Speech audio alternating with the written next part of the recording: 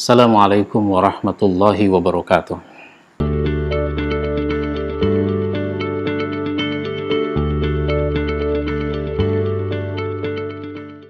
Saudaraku kaum muslimin yang berbahagia.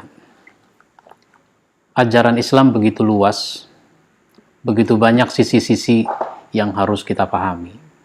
Bahkan kita sesudah memahaminya juga harus menyampaikannya lagi. Apalagi kalau kita memang seorang khatib, seorang mubaligh, kita harus memiliki pengetahuan yang luas, variasi-variasi materi yang banyak, agar kita bisa menyampaikan pesan-pesan dakwah dengan sebaik-baiknya. Saya membantu Anda untuk memiliki variasi-variasi materi dakwah yang baik. Satu di antaranya saya menulis buku ini, 160 catatan materi dakwah. Buku ini memang berisi poin-poin bahasan dari berbagai aspek yang bisa kita bahas. Mulai dari masalah akidah, masalah akhlak, masalah keluarga, dan sebagainya.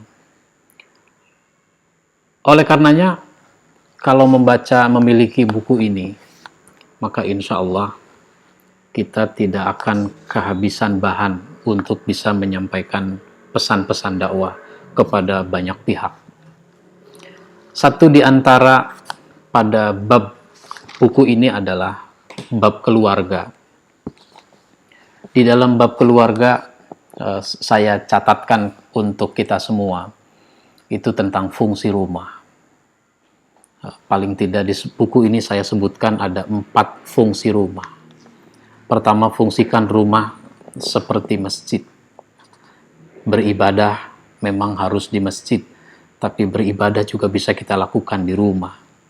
Sholat jamaah 5 waktu itu di masjid, tapi di rumah kita bisa sholat duha, bisa sholat tahajud, bisa tilawah Al-Quran, dan seterusnya.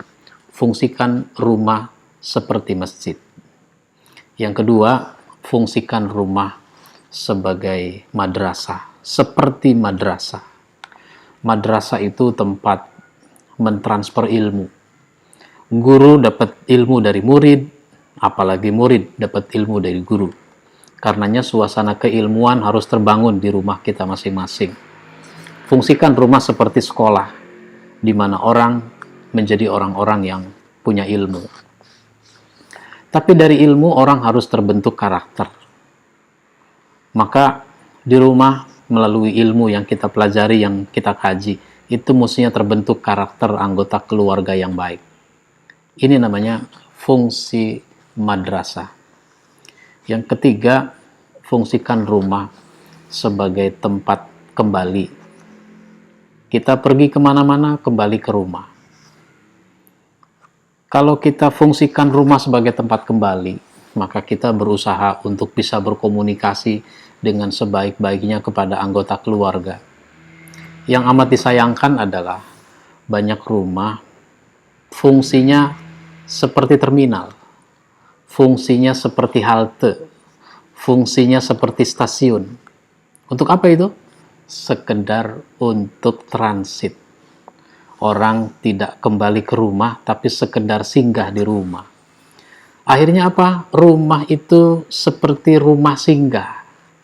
Rumah singgah itu biasanya buat siapa? Buat anak jalanan. Nah, kalau kita menjadikan rumah seperti rumah singgah, itu sama seperti anak jalanan. Sehingga kita tidak sempat berkomunikasi yang baik dengan anggota keluarga. Dan yang terakhir, fungsikan rumah seperti benteng pertahanan. Maksudnya apa? Maksudnya, kalau orang perang, kekuatan pasukan perang itu harus lebih baik. Di antaranya memerlukan benteng, sehingga dia bisa aman dari serangan-serangan musuh kalau ada benteng. Nah, kalau rumah difungsikan seperti benteng pertahanan, pertahanan apa? Pertahanan rohani. Sehingga hal-hal buruk tidak mempengaruhi anggota keluarga. Bahkan pemikiran-pemikiran yang buruk tidak terbentuk ke dalam pikiran-pikiran anggota keluarga. Maka rumah harus menguatkan ketahanan rohani, mencerahkan pemikiran anggota keluarga. Ini namanya fungsi rumah. Sehingga rumah itu tidak sekedar bangunan yang indah, harganya mahal, tidak. Tapi rumah itu harus difungsikan dengan sebaik-baiknya. Nah, di dalam buku ini ada bahasan tentang ayat-ayat pilihan, ada hadis-hadis pilihan, ada masalah-masalah dakwah, dan seterusnya. Sehingga dengan 160 catatan materi dakwah ini, mudah-mudahan para khotib, para mubalik, para da'i, itu tidak kehabisan bahan di dalam menyampaikan pesan-pesan dakwah.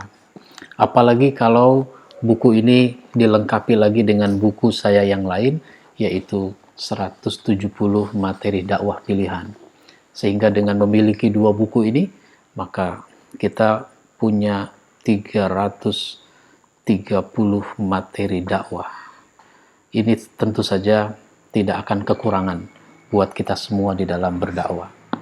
Dakwah adalah upaya untuk memberi pemahaman kepada umat tentang Islam yang baik, Islam yang benar, lalu sesudah itu orang bisa menjalani hidup secara Islami.